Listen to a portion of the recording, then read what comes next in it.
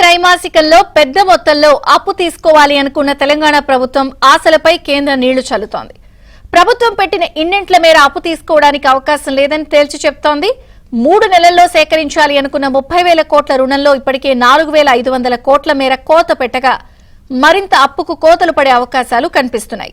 ఈ నెల 28న తీసుకోవాలి అనుకుంటున్న 2,500 కోట్ల అప్పుకు కేంద్రం అనుమతి ఇస్తుందా అన్నది సందేహంగా మారింది. దీనికి అనుమతి రాకపోతే ఈ నెలలో 7,000 కోట్ల అప్పుకు కోత పడినట్లే. అనుమతి లేకపోయినా తెలంగాణ ప్రభుత్వం అత్యుత్సాహంతో ఎక్కువ మొత్తం అప్పు కోసం ఇన్నింట్లు పెట్టినట్టు తెలుస్తోంది. కేంద్ర ఆర్బీఐ అనుమతించబోవని తెలిసినా చివరి త్రైమాసికంలో 30,000 కోట్ల రూపాయల అప్పు కోసం ఆర్బీఐకి ప్రతిపాదనలు పంపించింది.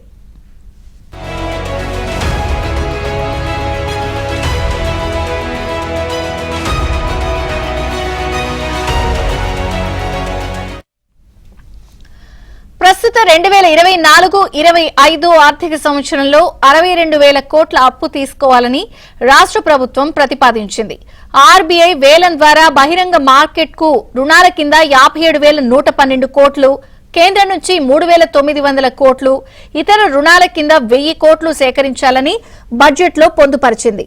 అయితే కేంద్రం 49,255 కోట్ల మేర బహిరంగ మార్కెట్ రుణాలు తీసుకోవడానికి మాత్రమే అనుమతించింది. ఇందులో నవంబర్ నాటికి తెలంగాణ ప్రభుత్వం 37,850 కోట్ల అప్పు తీసుకుంది. డిసెంబర్లో తీసుకున్న 3,909 కోట్లను కూడా కలుపుకుంటే ఇప్పటి వరకు తీసుకున్న రుణం 41,759 కోట్లకు చేరింది. అంటే కేంద్రం అనుమతించిన అప్పులో ఇంకా 7,500 కోట్ల వరకు రుణాలు ప్రస్తుత చివరి త్రైమాసికంలో తీసుకునే అవకాశం ఉంది. కానీ తెలంగాణ ప్రభుత్వం ఈ చివరి త్రైమాసికంలో ఏకంగా 30,000 కోట్ల రూపాయల అప్పు తీసుకుంటాము అంటూ ఆర్బీఐకి ఇండెంట్లు పెట్టింది. వీటి కోసం అటు కేంద్రం నుంచి గాని ఇటు ఆర్బీఐ నుంచి గాని ముందస్తు అనుమతి తీసుకోలేదు.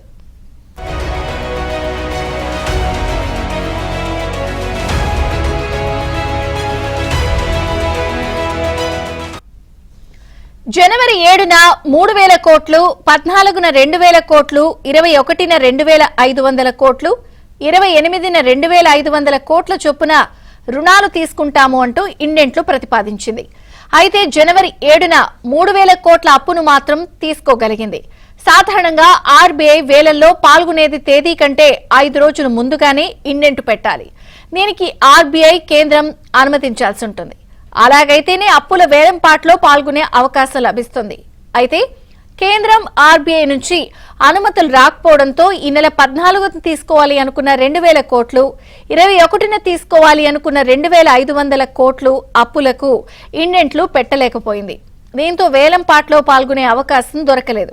ఫలితంగా 4,500 కోట్ల అప్పుకు కోత పడినట్లే. ఇక ఈ నెల 28న తీసుకోవాలి అనుకుంటున్న 2,500 కోట్ల అప్పుకు కేంద్రం ఆర్బీఐ అనుమతిస్తుందా అన్నది అనుమానమే. దీనికి అనుమతి